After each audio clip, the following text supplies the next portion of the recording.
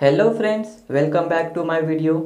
आज की इस वीडियो में मैं आपको बताऊंगा फिगर ऑफ स्पीच की दूसरी टाइप के बारे में। तो फिगर ऑफ स्पीच की दूसरी टाइप है मेटाफॉर। तो आज की इस वीडियो में हम सीखेंगे कि मेटाफॉर होता क्या है। इस वीडियो को एंड तक ज़रूर देखें। अगर वीडियो पसंद आई तो इसे सब्सक्राइब कीजिए, बेल आइकन को प्रेस कीजिए, लाइक कीजिए और शेयर करना बिल्कुल भी ना भूलें। तो आइए वीडियो स्टार्ट करते हैं। मेटाफॉर की डेफिनेशन है, a metaphor is a figure of speech that describes an object or a action in a way that isn't literally true but helps explain an idea or make a comparison. Friends, इससे पहले की video में हमने देखा था simile के बारे में कि सिमिली क्या होता है। सिमिली क्या होता है कि एक चीज़ को दूसरी चीज़ की तरह उसके जैसा बताया जाता है, उसे क्या कहते हैं? सिमिली कहते हैं।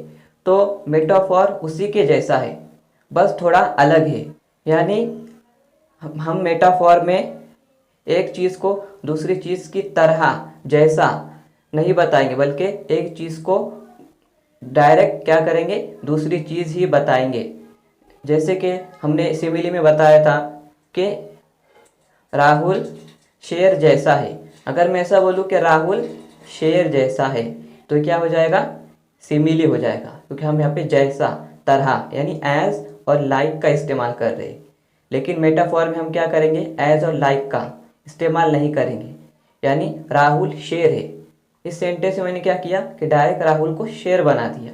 उसके जैसा, उसकी तरह, उसके जैसा, उसकी तरह नहीं कहा, डायरेक्ट कहा कि राहुल शेर है। तो ये क्या हो जाएगा? हमारा मेटाफॉर हो जाएगा। अगर हम ऐसा बोलेंगे कि राहुल शेर जैसा है तो ये हमारा क्या हो जाएगा? सिमिली हो जाएगा। लेकिन हम ऐसा बोलेंगे डायरेक्ट कि राहुल शेर है तो ये क्या हो जाएगा? हमारा मेटाफॉर हो जाएगा। तो आइए वीडियो स्टार्ट करते हैं और कुछ एग्जाम्पल मैंने दिए हैं, उसकी मदद से समझते हैं। तो पहला एग्जाम्पल है, द क्लासरूम वॉज अ जू। यहाँ पे क्या कहा गया है कि क्लासरूम एक जू है, यानी जू था।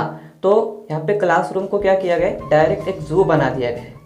जैसे हम क्लासरूम में होते हैं तो टीचर आते हैं, बच्चे मस्ती करने लगते हैं, तो टीचर आके क्या बोलते हैं कि एक क्लासरूम को पूरा जू बना के रख दिया है। तो यहाँ पे क्या किया जा रहा है कि क्लासरूम को डायरेक्ट एक जू बताया जा रहा है, उसके जैसा, उसकी तरह नहीं बताया जा रहा है। यहाँ पे एज और लाइक का इस्तेमाल नहीं किया गया है, डायरेक्ट बताया जा रहा है कि जो क्लासरूम है वो एक क्या है? जू है। तो आइए दूसरा एग्जाम्पल देखते हैं। She is a peacock. यहाँ पे क्या कहा जा रहा है कि शी इज़ अ पिकॉक, यानी वो एक मोर है। उसको डायरेक्ट क्या किया जा रहा है कि मोर के जैसा बताया जा रहा है। लेकिन यहाँ पे डायरेक्ट नहीं बोला जा रहा है कि शी इज़ अ पिकॉक, यानी एक वो मोर है। आइए तीसरा एग्जाम्पल देखते हैं। तीसरा एग्जाम्पल है, my teacher is a dragon.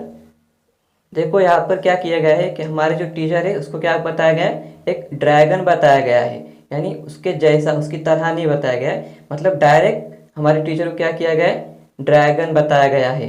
तो सच में हमारे टीचर कोई ड्रैगन नहीं है, ये तो बस एग्जाम्पल के तौर पर समझने के लिए बताया गया है। वो तो एक एंजल है। देखा, यह भी हमारा क्या हुआ? एक मेटाफॉर हुआ। मैंने क्या कहा कि हमारा टीचर क्या है? एक एंजल है। मैंने ऐसा नहीं कहा कि वो एंजल की तरह है या जैसे है। मैंने क्या कहा कि वो एक एंजल है। तो ये भी हमारा मेटाफॉर हुआ। बताएंगे तो उसको क्या कहेंगे? मेटाफॉर कहेंगे। तो ये भी हमारा क्या है? मेटाफॉर है। आइए चौथा एग्जाम्पल देखते हैं। Maria is a chicken. यहाँ पे क्या किया गया कि मारिया को एक चिकन बनाया गया है, एक चिकन बताया गया है, उसके जैसा, उसकी तरह नहीं बताया गया। तो ये भी हमारा एक मेटाफॉर है। आइए पांचवा एग्जाम्पल देखते हैं। पांचवा एग्जाम्पल है, he is a shining star. क्या कहा गया है? उसको उसको क्या बताया गया है? एक शाइनिंग यानी चमकता हुआ स्टार बताया गया है।